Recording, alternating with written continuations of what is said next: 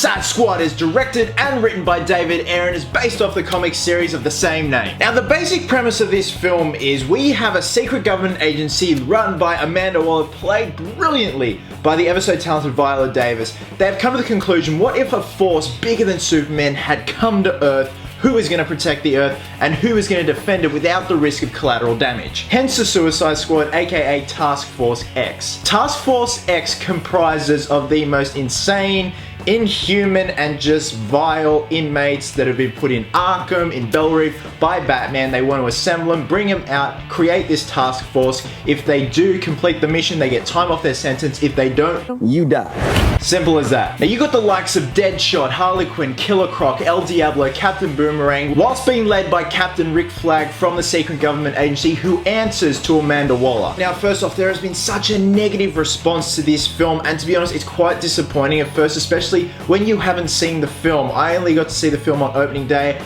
I didn't get to see it on any preview night, so of course it's so hard to avoid spoilers and reviews. Now honestly, what did I think of the film? It was good, it was fun, it had so much potential, but my god, by the end, it was a total mess. And it pains me to say that because the hype around this film has been immense. But for now, let's talk about the cast. Now you have got a brilliant little ensemble cast here. To me, the whole squad meshed perfectly on screen. I really felt that they had a camaraderie going on. The unfortunate thing was not all of these characters got their time to shine. Not all of them got proper character developments.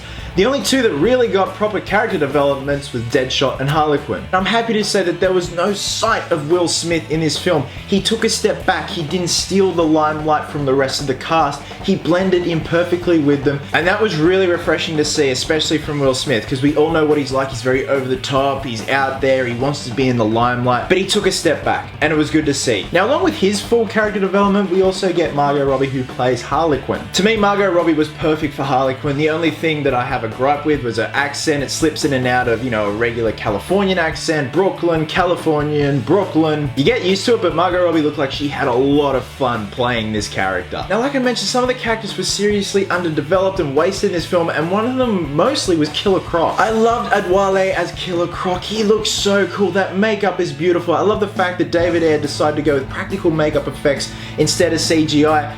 And to be honest, it was wasted. He kind of just drifted around in the background, said a few words now and then, even though most of the time you couldn't understand what he was saying. And I want to talk about Jai Courtney because I'm sort of a hit and miss with Jai Courtney. I'm proud that two Australians are part of the Suicide Squad. Margot Robbie, Jai Courtney. Jai Courtney grew up in the same town that I grew up in. He grew up in Sydney. So it's cool to see, you know, a Sydney-sider in a DC or a comic book movie for that matter. And he was really funny in this film. He didn't have a lot of lines, but when he delivered them, they were funny. He used a good, proper Australian accent, his own accent. He didn't overdo it. He didn't put our people back 1,000 years. So yeah, as a whole, I felt the squad got along together very well. It was natural. They had a lot of chemistry going on. Their lines back and forth were really good, especially that scene, the scene that we see in the trailers in the bar. There's some dialogue in there that really makes you think. It tugs at the heartstrings. And it makes you realize that these guys are finally bonding together and they're forming their team. They're forming the Task Force X because they're starting to care about one another. Now, all that aside, let's talk about Jared Leto's Joker. Now, I am a very big Joker guy, clearly. He's not in the film really for that long. And this is common knowledge. This isn't a spoiler, guys. Everyone has been saying the same thing. The Joker does not get enough screen time and he's severely underutilized. He's wasted. From what I saw, I love what Jared Leto was doing with the Joker. The voice sometimes now and then threw me off. It was very different, and what Leto's doing is very different. It's nothing like what Jack Nicholson or Heath Ledger, Cesar Romero have done. He's a gangster. He's all about vanity. This is a very vain man. He cares about his appearance. I mean, look at him. He's covered in gold. To me, he just kind of pops up now and then, disappears, and then he disappears for such a long time, you forget he's in the movie. Then he pops up, you're like, oh shit, that's right, Jared Leto's the Joker in this film. But I'm fully aware that he's in the background with his own agenda, and it is setting up something for future films with the DC Cinematic Universe. But to me, the trailers were very deceiving because it set it up as if Jared Leto was going to be the draw card to this film. He was going to be the big be-all end-all force of nature in this film, and he's hardly in it. There are some scenes in the trailers where you think this is going to be great. There's going to be a lot of monologue-driven lines. But no, there's not. It's very choppy. And this is common knowledge too. Batman does make an appearance in this film. It was great to see. I had a big smile on my face. I was like a little girl. It was good to see Ben Affleck again in the Batsuit. He relishes this role. He loves playing Batman. I love him playing Batman. He's my most favorite Batman to date. And it was just great to see him interact with some of the Suicide Squad, and it was just good to see them set up for future DC films. And like the Joker, Batman isn't in the film for long, yet it's simple and effective, and that's all you need. Now the soundtrack is phenomenal. The soundtrack that you hear in the trailers, that is also in the final film. I am gonna pick it up because it is an amazing soundtrack, as well as the score. I do like the scoring in this film. It's very different, it's very in your face and outlandish, and it suits the characters well. Beginning of the film sets up all these characters coming together. You know, you get brief explanations. Well, some are brief, some are very in-depth, which is sad because I wanted a lot of in-depth breakdowns of each character, because this is a Suicide Squad. It's about everyone, not just a couple of people. So at first this film does have structure, then towards the end the story and the plot just fall to shit. Visually, this is a beautiful film. David Ayer knows how to set up shots and the visual effects side. The visual effects in this film, for a budget of $8.1 million, are brilliant. I think that's another reason why this film falls so flat on its ass towards the end. It's because of the budget. I mean, Batman v Superman was $200 odd million. That is a big budget. Suicide Squad is $8.1 million.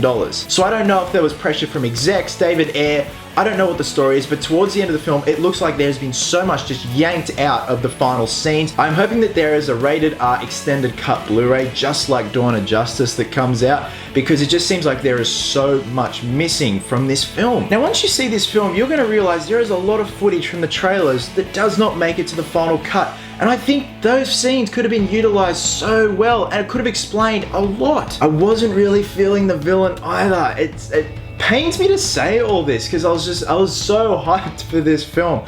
But the villain is very cookie cutter. It's kind of, you know, a slap in the face and seems like a cheap trick. The film is fun. The film does have a lot of fun moments. There are comedic moments in this film where I was laughing, which is what I wanted, and that's what the trailer put out there, that this is going to be a fun film, and it is. It's just towards the end, there is a lot of things that seem to fall apart, and nothing really seems tied up, and it's just not very neat. And I'm interested to see, as the weeks progress, if there's explanations why certain scenes were cut. I'm assuming scenes were cut because no one could just leave a film like that. So guys, overall, I had a lot of fun with Suicide Squad. It is a very fun film. The characters are amazing. The actors know their characters. They relish playing each and every role.